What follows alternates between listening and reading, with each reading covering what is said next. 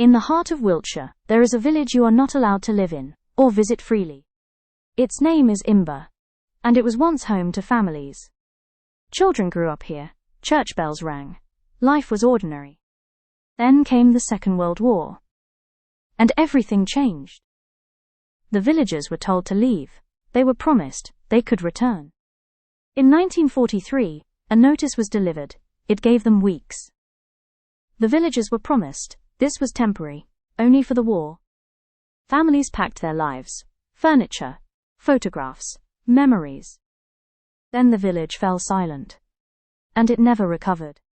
Then the village fell silent, and it never recovered. The army moved in. Imber became a training ground for war. Soldiers trained here, with real weapons and live fire. Houses were damaged, walls collapsed, streets changed. One building survived, St. Giles Church, still standing. The church opens only a few days each year, under guard. Some villagers returned, curious, hopeful, but gates were locked.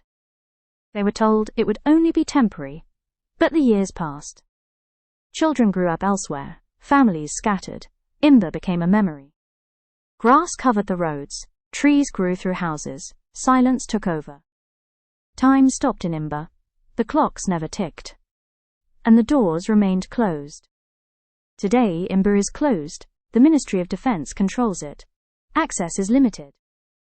The public can enter only a few days a year, under strict supervision. St. Giles Church still stands. It holds services occasionally, a reminder of life once here. Around the village, soldiers train, tanks roll, gunfire echoes. Life is impossible. Those who visit speak quietly. The air feels heavy. Imber is frozen in time. The villagers told stories of laughter that once filled the streets, and of children playing. Legends grew over time, whispers of ghosts, and echoes of lives lost. Documents record the evacuation, letters, notices, and maps. A village erased on paper. Locals still speak of Imber. It lives in memory, a place that should not be forgotten. Imber is empty, yet it tells a story of promises broken and lives displaced. Today, Imber stands empty. Streets are quiet, buildings overgrown. The army still uses it. Training exercises happen regularly. Life here is impossible. A few days each year, the public is allowed inside. Gates open briefly.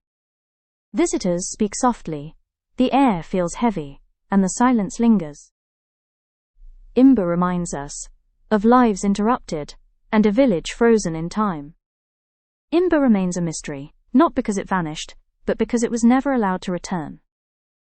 Imber shows us how easily life can be uprooted, with promises made, and never kept.